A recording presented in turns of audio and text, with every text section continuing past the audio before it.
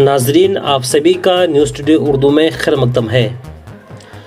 चाय मजदूरों से भरी एक पिकअप वैन के हादसे का शिकार होने से 50 से ज़ायद मजदूर बुरी तरह जख्मी हुए हैं।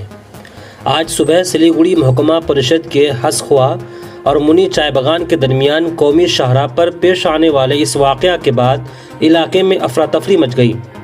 जानकारी के मुताबिक सिलीगुड़ी महकमा परिषद के नक्सलबाड़ी ब्लॉक के मुख्तलिफ चाय बागानों से तकरीबन 50 मजदूरों को लेकर पिकअप वैन आज बुलमा चाय बागान जा रही थी कि रास्ते में पिकअप वैन बेकाबू होकर दरमियानी सड़क पर वाक़े डिवाइडर से टकराकर उलट गई।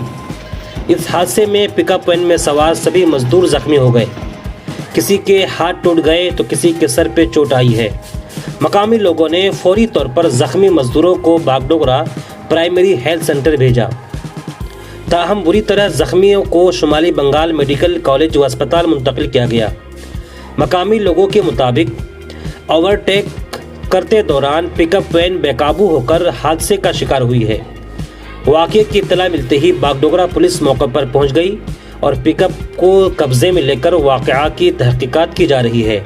इधर जख्मियों का इलाज बागडोगरा प्राइमरी हेल्थ सेंटर में जारी है और जो बुरी तरह जख्मी है उनका इलाज नॉर्थ बंगाल मेडिकल कॉलेज में हो रहा है।